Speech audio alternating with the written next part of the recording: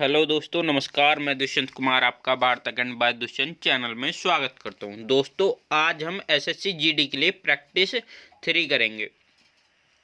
मैंने आपको chapter wise SSC GD के लिए हिंदी के टॉपिक करा दिए हैं। अगर आपको ऐसा लगता है कि कोई टॉपिक रह गया तो आप मुझे कमेंट में बता सकते हैं, ठीक है। तो आज हमारा एसएससी जीडी के लिए जो मॉक टेस्ट 3 है, आप ये लगा सकते हो अनुमान कि पेपर जो है सेम टू सेम ऐसा ही आएगा, यानी कि पेपर का जो मॉडल होगा सेम इसी टाइप का होगा, ठीक है। देखिएगा, पहले क्वेश्चन पर चलते हैं। देखो, क्वेश्चन कहता है दिए गए वाक्य में रेखांकित को प्रतिस्थापित करने के लिए उपयुक्त विकल्प का चयन करें, ठीक है। तुम्हारी बातों का कोई प्रमाण नहीं है, ठीक है। तो देखो, बातों का प्रमाण नहीं होता, बातों का साक्ष्य होता है, ठीक है। तो बातों का साक्ष्य नहीं है, ठीक है। तो हमारा इसका ऑप्शन नंबर बी यानी कि 2 बिल्कुल राइट हो जाएगा, ठीक है। और आप अपनी तैयारी परख सकते हैं, आपकी तैयारी कितनी चल रही है, ठीक है। नेक्स्ट चलते हैं। देखिएगा, क्वेश्चन नंबर 2 पर क्या कहता है। रूह कांपना मुहावरे का अर्थ है। देखो, रूह कांपना बहुत निडर। देखो, जब निडर आ जाएगा तो रूह कैसे कांपेगी, ठीक है। तो पहला तो हमारा नहीं हो सकता। बहुत डरना, ठीक है। रूह कांप गई, कहते नहीं कि जैसे कि उसने रात को कुछ देख लिया और उसकी रूह कांप गई, यानी कि बहुत डर गया, ठीक है। तो इसका ऑप्शन नंबर 2 बिल्कुल राइट है। तो इसका आ जाएगा ऑप्शन रूह कांपना, ठीक है। नेक्स्ट चलते हैं। निम्न में से उन विकल्प का चयन करें जो जान हथेली पर रखना मुहावरे का अर्थ व्यक्त करता है। देखो, जान हथेली पर कब रखी जा सकती है। देखो, सुविधाजनक कार्य करना, ये तो कोई बात नहीं हो, ठीक है। अब उसे सुविधा मिल रही है तो उसे क्या फायदा फिर जान हथेली पर रखने से।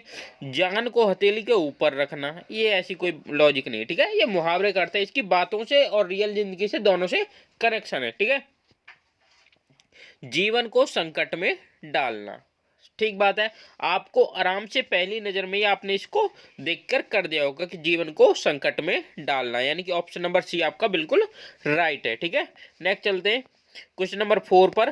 देखो, दिए गए शब्द के पर्यायवाची का शब्द का चयन करें। महादेव, महादेव का पर्यायवाची कौन होता है। देखो, इसमें ब्रह्मा दे रखा है, कृष्ण दे रखा है, विष्णु दे रखा है और शंकर दे रखा है। तो आपको सबको पता ही होगा महादेव को दूसरा नाम शंकर भी है, ठीक है।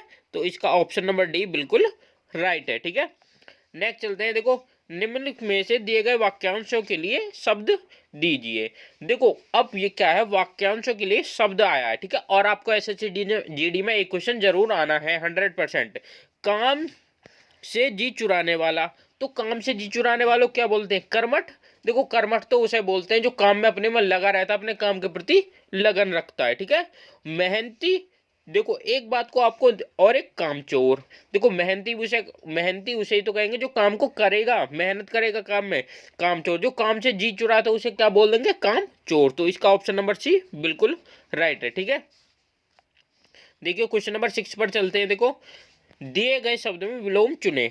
शोक, शोक का विलोम शब्द क्या है। शोक का विलोम शब्द हमारा क्या है, बताइए। शोक का विलोम शब्द हर्ष हो जाएगा। देखो, शोक में दुख होता है और हर्ष में खुशी होती है, उल्लास, ठीक है। सही वर्तनी वाले शब्द का चयन करें। देखो, अतिथि गृह, अतिथि गृह और अतिथि गृह। देखो, सब में अतिथि गृह है, लेकिन सही कौन सा है आपको वो चुनना है, ठीक है। तो बताइएगा सही कौन सा है। तो सही इसका ऑप्शन नंबर बी है, अतिथि गृह, ठीक है। तो देखो, नेक्स्ट चलते हैं। इनमें से कौन सा संधि विच्छेद सही नहीं है। देखो, पहला है रमेश, तो राम प्लस ईश। तो देखो, पहले में रमेश है तो राम तो आपको कहीं नजर नहीं आएगा, ठीक है। तो रमा प्लस ईश हो जाएगा इसका संधि विच्छेद सही।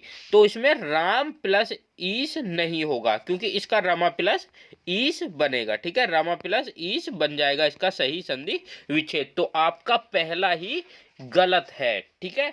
तो इसमें क्वेश्चन को ध्यान से पढ़ना है आपको। जब भी पेपर हो, बच्चों ज्यादातर ऐसी गलती होती है, बाद में हम क्वेश्चन को पूरा पढ़ लेते हैं और कौन सा नहीं है नहीं पढ़ पाते, और हम ऑप्शन को टिक कर आते हैं और बाद में जब आंसर किए आते हैं, जब हम चेक करते हैं, ठीक है। देखो, नेक्स्ट चलते हैं। विषाद शब्द का विपरीत शब्द है। देखो, विषाद का विपरीत कौन सा है, बताइएगा। विषाद का विपरीत आहाद है, ठीक है। आह है हरलाद, ठीक है। तो किरण का पर्यायवाची शब्द नहीं है। देखो, किरण का पर्यायवाची शब्द कौन सा नहीं है, अंशु, रश्मि, प्रकाश और मयूख। तो हमारा प्रकीर्ण का पर्यायवाची शब्द कौन सा? प्रकाश नहीं है। ठीक है, तो देखना ध्यान से पढ़ना, जब भी क्वेश्चन पेपर में जाओ पेपर देने, तो वहां नहीं है या न है, इन क्वेश्चन को पूरा पढ़ना है आपको। ठीक है, शुरू में देखकर ही आंसर नहीं लगा देना। ठीक है, नेक्स्ट चलते हैं। पंचवटी निम्न में से किसकी रचना है? तो पंचवटी आपको बताइए, पंचवटी बहुत फेमस रचना है। अब आप बता सकते हो पंचवटी किसकी रचना है? तो पंचवटी हमारी मैथिली शरण गुप्त की है। ठीक है, इसका ऑप्शन नंबर भी बिल्कुल राइट है। कौन सा वाक्य अशुद्ध है? ठीक है, अब आपको देखो, सारे देश भर में यह बात फैल गई। अब एक बात बताइए, देश भर क्या है? सारे देश में यह बात फैल गई, आप ऐसे भी तो कह सकते हो, या सारे देश भर में बात फैल गई, ऐसा ही लगाना आपको जरूरी है? नहीं, तो इसमें हमारा पहला ही अशुद्ध आ जाएगा, क्योंकि देश भर लगाया उसने, जबकि हमारा ये कह सकते हो भारत देश में यह बात फैल गई। ठीक है, तो ये भर हमारा गलत लगाया हुआ है इसमें। ठीक है, भर नहीं लगता ये। नेक्स्ट चलते हैं।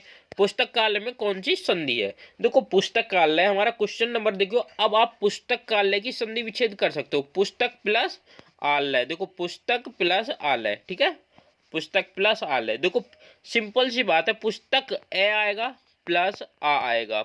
जब ए प्लस आ मिलकर क्या बनेंगे? बड़ा आ।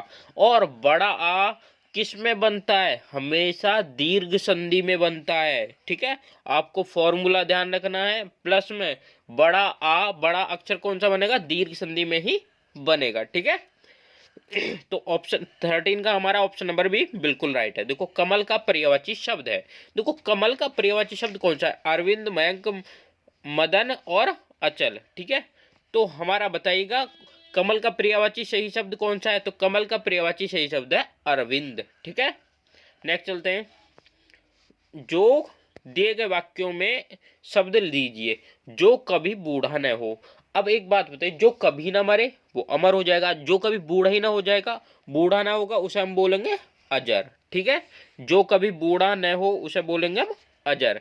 ठीक है, अब देखिएगा एसएससी जीडी में आपका ये पैराग्राफ बहुत इंपॉर्टेंट है, क्योंकि ये आपको, अगर आप इसे कर सकते हो, ज़्यादा हार्ड नहीं आता, बहुत इजी आता है। यानी कि अगर मैं कहूँ तो सबसे इजी आपका पैराग्राफ आता है पेपर में। अगर आप इसको फोड़ सकते हो तो आपके 4 या 5 नंबर पक्के हो जाएंगे। ठीक है, अब आप देखिए पहला क्वेश्चन देखिए।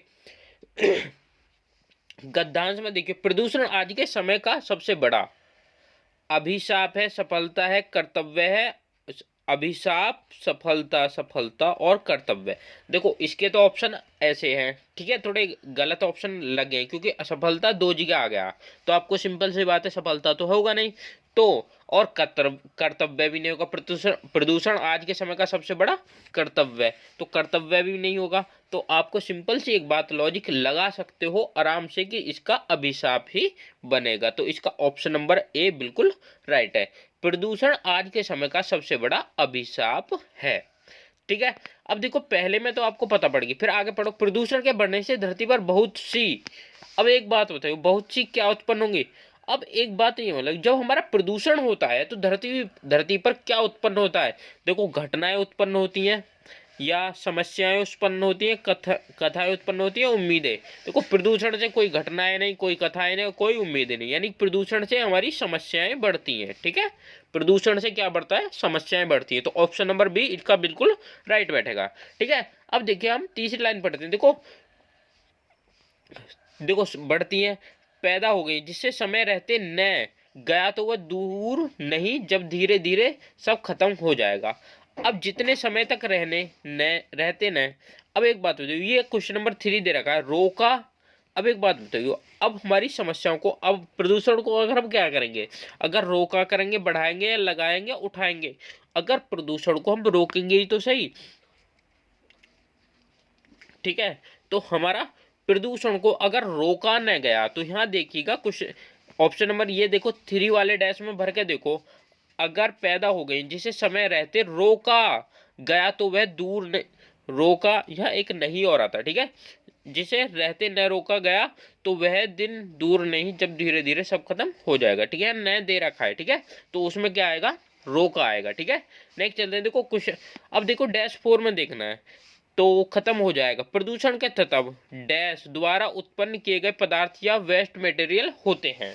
अब देखिएगा, अब इसमें आप चेक करिएगा, देखो गद्यांश में 18 वाला, 18 ये तो रोका वाला हो गया। अब नेक्स्ट देखो गद्यांश में उपयुक्त शब्द होगा तो क्या, अब देखिएगा तो हमारा क्या आ जाएगा, मनुष्यों को, ठीक है, मनुष्यों को। अगर अब आप उसमें फिट करके देखिएगा, देखो ये कह रहा है कि प्रदूषण के तत्व मनुष्यों द्वारा उत्पन्न किए गए पदार्थ या वेस्ट मटेरियल होते हैं। जब आप जितना भी कचरा करते हो वो सब हमारा मनुष्य द्वारा ही होता है, जो प्रकृति संसाधन जैसे वायु, जल और भूमि आदि को प्रदूषित करता है। देखो प्लास्टिक है सबसे ज़्यादा, और उसे सबसे ज़्यादा इंसान ही यूज करता है, और उससे इंसानों में भी बीमारी होती है और जानवरों में भी और हमारी प्रकृति को भी। प्रदूषण जहरीली गैस, कीटनाशक, शाकनाशी, ध्वनि, कार्बनिक मिश्रण, रेडियोधर्मी डैश हो सकते हैं। देखियो प्रदूषण के इसने रूप भी बताए। देखो प्रदूषण हमारा जहरीली गैस, कीटनाशक, शाकनाशी, ध्वनि, कार्बनिक मिश्रण और रेडियोधर्मी डैश हो सकते हैं। तो आपका क्वेश्चन नंबर 5 में देखिए तो क्या हो सकते हैं, देखो पदार्थ, विचार, हथियार या यथार्थ। तो सिंपल सी बात है, जितने भी हम तुम यूज करते हो उसे हम क्या बोलते हैं, पदार्थ बोलते हैं, ठीक है। अब आप यहाँ भर के देखिएगा इसमें कि रेडियोधर्मी पदार्थ हो सकते हैं, ठीक है। अब देखियो तो दोस्तों आज आपके लिए ये एसएससी जीडी का मॉक टेस्ट कंप्लीट हो चुका है, और ये इसमें 20 क्वेश्चन लेकर आया हूं जो आपके एसएससी जीडी के पेपर में आएंगे। तो दोस्तों आज अगर तो thank you all of you. अगर आपको वीडियो अच्छी लगी हो तो वीडियो को लाइक करें, चैनल को सब्सक्राइब करें, ठीक है। तो थैंक यू।